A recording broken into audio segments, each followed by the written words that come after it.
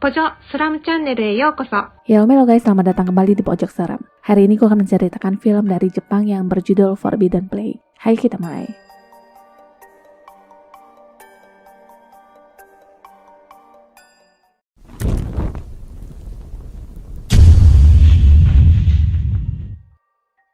Rumah keluarga Hara yang hanya ditempati seorang ayah bernama Naoto, ibu bernama Miyuki, dan seorang anak laki-laki bernama Haruto. Keluarga kecil ini tampak bahagia, tapi entah kenapa, Miyuki tiba-tiba berkata kepada suaminya, "Aku bahagia, jangan pernah mengkhianatiku lagi." Haruto yang sedang bermain menemukan ekor kadal yang masih bergerak. Dari ekor kadal itu, dia mempunyai ide untuk menanamnya di tanah dengan harapan menumbuhkan kadal. Ide ini lalu dilengkapi dengan mantra candaan dari ayahnya. Walaupun candaan, tapi ditanggapi serius dan besoknya, Haruto melakukan hal yang sama dengan menyebut mantra di dekat kuburan ekor kadalnya. Singkat cerita, apa yang diharapkan pun terjadi. Ekor kadal benar-benar menumbuhkan kadal yang langsung kabur. Awalnya, Naoto merasa mungkin ini hanya kebetulan semata dan berangkat kerja seperti biasa. Tak lama setelahnya, dia mendapatkan telepon dari kepolisian yang mengabarkan anak dan istrinya mengalami kecelakaan. Segera dia ke rumah sakit dan ternyata kondisi Haruto dalam keadaan kritis dan tampak para dokter masih berusaha menyelamatkan nyawanya. Takdir berkata lain, anak itu dinyatakan meninggal dunia, tapi anehnya, beberapa detik setelahnya petir pun menyambar dan listrik padam. Monitor menunjukkan adanya tanda-tanda kehidupan dan anak itu kembali hidup. Anak selamat tapi tidak dengan istrinya. Miyuki meninggal dunia dengan luka parah di jari yang hampir putus. Rumah yang tadinya penuh dengan suka kini berubah menjadi duka. Haruto kemudian mempunyai ide menghidupkan kembali ibunya dengan menanam jari ibunya. Hal yang terdengar gila, tapi ayahnya membolehkan. Tanpa menunggu lama, Haruto mengubur jari tersebut dan mengucap mantra. Cerita pun berlanjut ke tempat lain. Gadis ini bernama Hiroko yang adalah wartawan yang sedang naik daun. Entah kenapa, dia merasa mendengar suara distorsi yang sangat mengganggu telinga dan gelas di atas mejanya pun pecah dengan sendirinya. Kebetulan saat itu berita sedang menyiarkan tentang kecelakaan yang menimpa Miyuki dan putranya. Kedua nama itu tidak asing baginya dan karena itulah dia segera ngelayat ke rumah duka. Jadi Hiroko ini adalah rekan kerja Naoto dulunya dan walaupun baru pertama kali bertemu, Haruto memperlihatkan wajah yang tidak suka kepada Hiroko. Diceritakan 7 tahun lalu saat Naoto masih sekantor dengan Hiroko. Hiroko sempat suka kepada Naoto tapi saat itu status Naoto sudah menikah. Hari itu kebetulan sang manajer yang bernama Kawasaki meminta Hiroko untuk lembur dengan niat yang buruk. Dia ingin memperkotak Hiroko dan kejadian itu kegap oleh Naoto. Singkat cerita, Hiroko diselamatkan dan setelahnya memang tidak ada yang terjadi di antara mereka, hanya saja Hiroko sempat mendekat dan menangis di pelukan Naoto. Ponsel berdering dan Naoto kemudian berjalan pergi tapi lighternya terjatuh ke lantai tanpa dia sadari. Hiroko memungut barang tersebut yang bermaksud ingin mengembalikannya, tapi pintu tiba-tiba terbanting dengan sendirinya. Lighter itu kemudian dibawa pulang dan rencananya akan dikembalikan besok disertai tulisan terima kasih. Setelah itu ponsel berbunyi dan hanya terdengar suara kresek-kresek.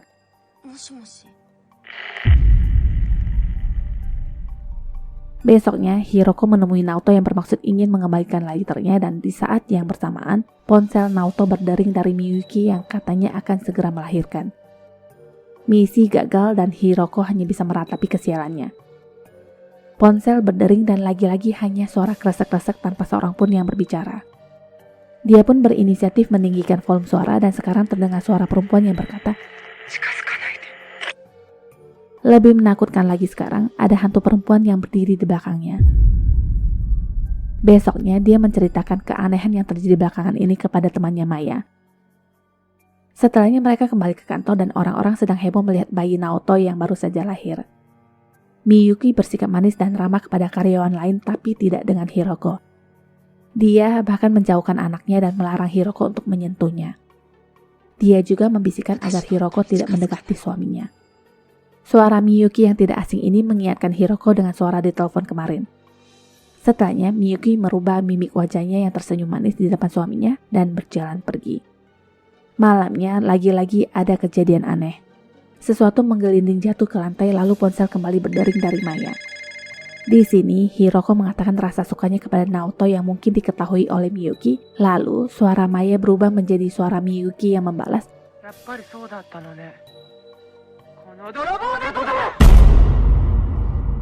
Suara kasar itu membuat Hiroko takut dan menjatuhkan ponselnya, lalu listrik tiba-tiba padam. Hiroko menyalakan senter di ponselnya dan di depannya sekarang ada hantu berpakaian putih yang langsung menggamparnya. Dia begitu ketakutan dan meminta maaf serta berjanji akan resign dari kerjaannya, lalu hantu itu pun menghilang. Listrik kembali normal dan itulah sepotong cerita lama antara mereka, tapi sekarang Miyuki sudah meninggal. Maya pun kini sudah menikah. Haruto masih terus mengucap mantra di kuburan jari ibunya. Anehnya lagi, anak ini mengaku bertemu dengan ibunya saat semua orang sedang tidur dan ibunya berkata akan segera kembali. Naoto merespon itu pasti hanyalah mimpi, tapi Haruto meminta ayahnya melihat gundukan tanah yang semakin hari semakin membesar, yang artinya tubuh ibunya pun semakin bertumbuh di dalam. Hari semakin gelap, tapi anak ini kekeh ingin terus mengucap mantra untuk ibunya yang lalu dipaksa masuk ke dalam rumah. Kembali ke Hiroko. Lagi-lagi dia mengalami kejadian aneh. Tombol lift sudah ditekan dan yang lebih menjijikan lagi, ada lendir di tombol angka 5 yang tak sengaja kesentuh olehnya. Suara distorsi mengganggu telinga dan ponsel berdering. Jadi sebelumnya dia diberikan misi untuk mencari tahu tentang hilangnya seorang pria di sebuah apartemen secara misterius dan intinya ketemu atas petunjuk orang pintar ini. Noh, yang ada suaminya sedang main petak umpet gelantungan di dinding gedung apartemen. Metode orang pintar ini, sesuatu itu gampang dilacak dengan hanya menyentuh barang milik seseorang karena menurutnya perasaan seseorang akan tertanam di barang kepunyaannya. Walaupun begitu, menurut Hiroko, orang pintar ini palingan cuma ngemeng doang, ngibul dikit-dikit lah, yang penting cuan. Setelah siaran langsung berakhir, mereka bertemu lagi di sebuah ruangan dan orang pintar yang bernama Daimon ini meminjam lighter kepada Hiroko. Dengan hanya memegang lighter itu saja, dia merasa ada yang tidak beres, yang menanyakan apa yang sudah terjadi karena dia merasakan hawa jahat yang melekat. Walaupun masih lemah sekarang, tapi jika dibiarkan sendiri, maka aura jahat itu akan terus bertumbuh yang akan mencelakai Hiroko. Mau dibilangin seperti apapun, Hiroko tetap tidak percaya, tapi asisten Daimon ini segera memberikan kartu nama. Si kepala batu ini tetap tidak percaya dan menolak lalu berjalan pergi.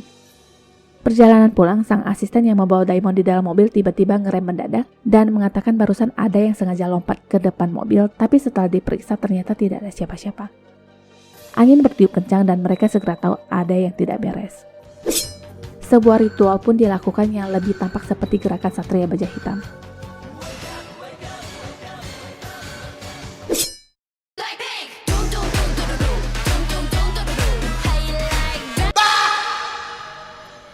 Hantu sudah pergi dan menurut Daimon, hantu itu lebih terobsesi dengan Hiroko. Hiroko yang sedang menyetir dengan menyalakan musik kencang tiba-tiba mendapatkan panggilan telepon dari temannya Kasihira yang membahas tentang omongan Daimon tadi dan memintanya untuk berkonsultasi lebih tapi tetap tidak merubah pendiriannya. Telepon ditutup dan burung gagak terbang melewati mobilnya. Ponsel berdering kembali dan kali ini suara wanita yang berkata, hal ini mengejutkan dan seekor gagak terbang menabrak kaca mobilnya lalu mati. Sebuah pesan masuk yang memperlihatkan kartu nama Daimon dari Kasihira. Cerita kembali ke Naota. Anaknya tiba-tiba masuk ke kamarnya dengan berkata mendengar suara ibunya.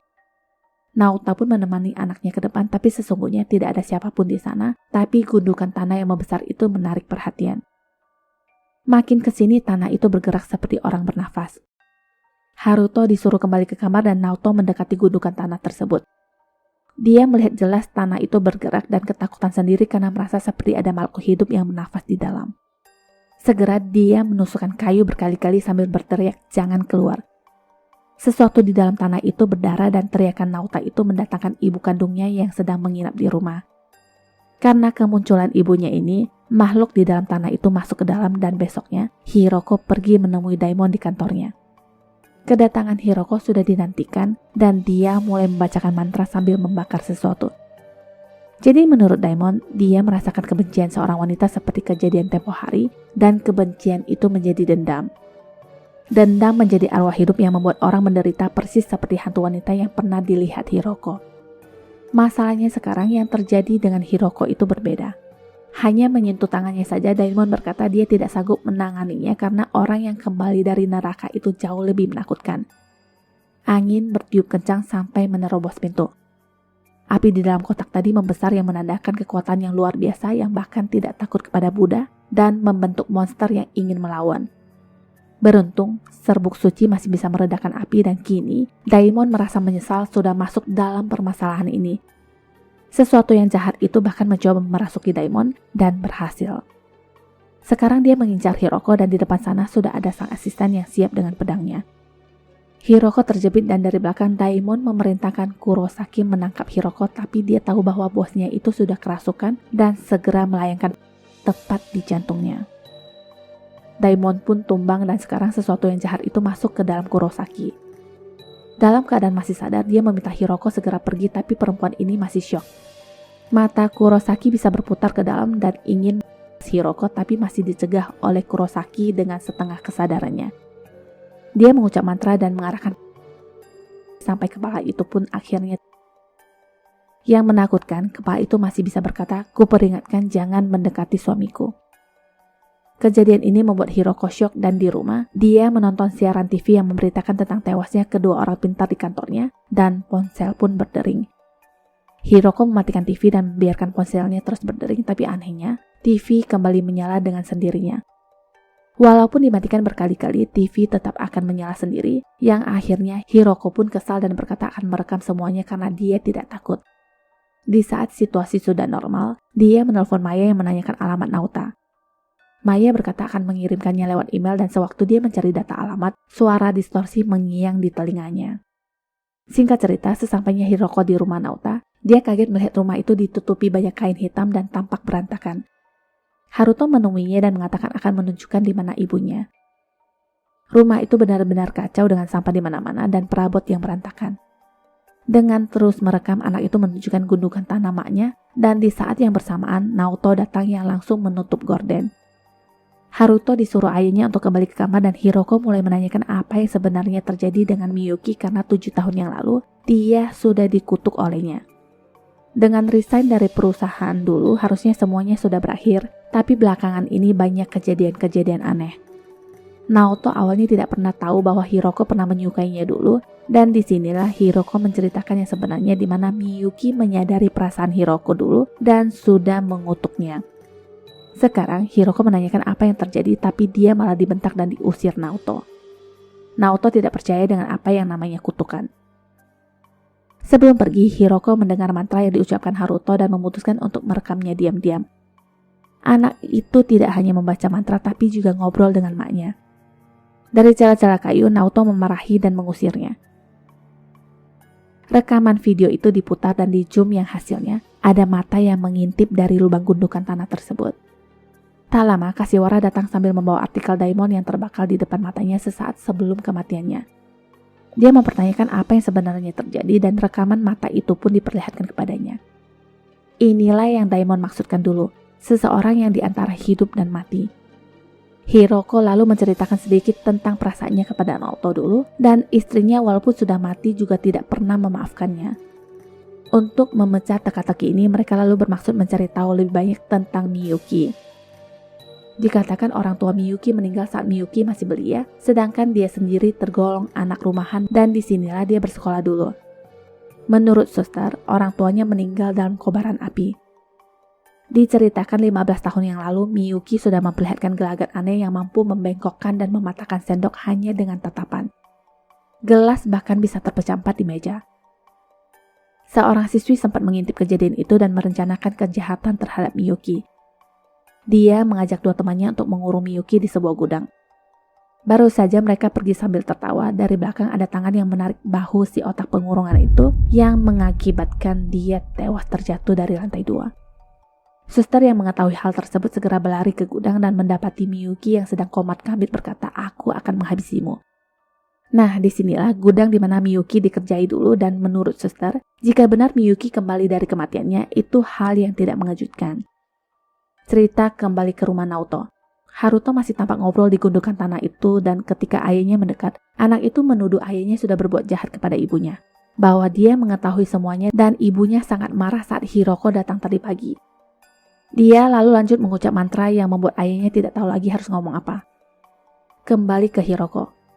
Dia diantar pulang ke apartemen dan tepat di depan lift terbuka di lantai 5. Di sana sudah ada Maya yang langsung berkata dia mengkhianatiku. Cerita berlanjut ke Kashihara yang mendapati segepok majalahnya berasap di mobilnya. Di apartemen Hiroko sendiri, Maya dipersilakan masuk dan anehnya, ini perempuan tidak memakai sandal sampai kakinya lecet. Daripada mempermasalahkan itu, dia lebih ingin curhat yang katanya dia merasakan suaminya semakin hari semakin menjauh dan sekarang dia tidak tahu harus berbuat apa karena hanya suaminya seorang yang mengerti tentang dia. Matanya kemudian berubah yang artinya Maya sudah kerasukan dan suaranya pun berubah yang berkata akan menghabisi Hiroko. Kegilaan pun terjadi di mana pisau itu diayunkan ke sana kemari. Beruntung Kashihara datang dan berhasil melumpuhkan Maya tapi tangannya sendiri terluka. Sesuatu yang lebih penting adalah majalah dengan gambar wajah Hiroko yang hangus ini menandakan hal buruk akan menimpa Hiroko. Perkataan Daimon dulu pun terngiang di kepala Hiroko yang katanya satu-satunya jalan adalah menghancurkan tubuh seseorang yang sudah kembali ke dunia dari neraka. Tanpa membuang waktu, Hiroko pun segera ke rumah Naoto dan di sana terlihat orang tua Naoto sedang memaksa Haruto untuk pergi dari rumah, sedangkan Naoto sendiri menolak ikut. Naoto menceritakan apa yang terjadi dari awalnya hanya ekor cita dan berbagai karangan candaan yang dibuat sampai anaknya benar-benar percaya dan menanam jari ibunya. Masalahnya sewaktu hidup Miyuki adalah orang yang berkemampuan spesial ditambah kepercayaan anaknya itu membuat semuanya menjadi berbeda. Tak lama terdengar suara aneh dari taman dan gundukan tanah itu mulai bergerak. Rencananya sekarang mereka harus segera menghancurkan badan itu dan Naoto lah yang akan melakukannya, tapi dia sedikit terpengaruh saat mendengar tangisan istrinya dari dalam tanah. Baru akan mengapak, tangan setan itu keluar yang menarik kakinya. Hiroko lah yang mengambil alih mengapak tangan itu, tapi semua itu tidak berarti karena tangan tersebut bisa kembali menyatu. Sekarang Miyuki muncul seutuhnya dan tersenyum. Setelah itu dia berubah menjadi menakutkan sambil memegang kapak. Hiroko lari dan menjatuhkan lighternya. Pintu tertutup sendiri dan kebencian Miyuki semakin besar sewaktu melihat lighter tersebut. Pada akhirnya mereka berhasil keluar dari rumah dengan mendobrak pintu dan masuk ke dalam hutan. Kebetulan ada sebuah rumah kosong yang ditinggalkan dan di sanalah mereka bersembunyi. Naoto meminta maaf atas apa yang terjadi karena sebenarnya dialah yang selama ini takut dengan istrinya sendiri karena ada perasaan diawasi setiap saat. Dari awal kejadian Naoto menolong Hiroko di kantor itu, bayangan Miyuki sebenarnya ada di belakangnya. Senyuman Hiroko itulah yang menjadi hiburan tersendiri untuk Naoto, tapi sebelum semua menjadi terlalu jauh, Naoto mengubur perasaan itu dalam-dalam dan Miyuki sendiri yakin bahwa dia adalah segalanya. Tak lama datang juga si monster yang langsung menargetkan Hiroko. Hiroko melakukan perlawanan dengan tepat di perutnya, tapi semua itu sia-sia. Luka seberat apapun bisa sembuh dengan sendirinya di badan perempuan setan ini. Naoto mencoba meredahkan kemarahan Miyuki dan mengatakan semua ini adalah kesalahannya dan mendekapnya. Seketika Miyuki berubah dan mulai menangis, tapi pelukan itu dilepas paksa oleh Hiroko karena menurutnya itu bukan lagi Miyuki. Monster itu kembali berubah yang berkata tidak akan memberikan suaminya kepada siapapun. Kejar-kejaran pun dimulai dan Hiroko kehabisan tenaga tepat di tengah rel kereta. Tanda peringatan terdengar di mana kereta akan segera lewat, sedangkan di depan mata ada si monster yang sudah semakin mendekat. Detik-detik terakhir mereka berhasil menghindar dan yang kelindes itu si Miyuki malang. Semua sudah berakhir dan Hiroko berkendara kembali ke apartemen. Di tengah jalan dia mendapatkan telepon dari Kashihara yang mengabarkan kondisinya dan Maya. Sampai saat ini Maya belum sadar dan dokter sendiri tidak tahu apa penyebabnya. Tentang orang tua Miyuki, katanya dia dihabisi oleh seorang umatnya. Jadi ibu Miyuki dulu adalah ketua dari sebuah grup religi yang juga mempunyai kemampuan unik dan diturunkan ke Miyuki. Artinya Haruto juga mewarisi hal yang sama. Cerita berlanjut ke rumah Naoto. Ada pemandangan menakutkan yang sangat meresahkan. Sebuah menggelinding dari atas dan tubuh lainnya bergerak sendiri seperti ingin menyatu kembali. Haruto muncul dan berkata mau berbuat seperti apapun percuma. Naoto langsung menyiramkan bensin ke potongan-potongan itu sambil meminta maaf kepada anaknya. Orang mati itu tidak akan kembali, tapi anak ini tidak membiarkan ayahnya untuk mengakhiri semuanya. Dia terus mengucap mantra agar potongan tubuh itu segera menyatu dan tak lama Hiroko pun datang. Dia menjelaskan bahwa monster Miyuki ini diciptakan oleh kekuatan Haruto sendiri, jadi bukan benar-benar Miyuki. Anak yang mewarisi kekuatan menakutkan dari ibunya ini telah menghabisi banyak orang dan menggerakkan monster hanya lewat pikiran. Dia terus mengucap mantra dan suasana pun berubah. Naasnya lagi, petir menyambar dan mengenai anak dan ibu. Haruto berteriak minta tolong, tapi Hiroko mencegahnya dan pada akhirnya Haruto pun habis dilalap api. Maya akhirnya sadar dan 3 hari setelah kejadian itu, giliran Naoto yang melafal mantra berharap anaknya kembali. Ini namanya keluarga PA. Hiroko pun tidak tahu harus berbuat apa lagi dan di saat dia melangkah pergi, ada kadal yang melewati kakinya. Dia melihat ke belakang dan terdengar suara tawa anak laki-laki dari gundukan tanah. Tamat. ご視聴ありがとうございます。よろしければチャンネルの登録といいね、共有ボタンのクリックをお願いします。最後に更新の通知ボタンもお忘れなくお願いします。Sampai jumpa.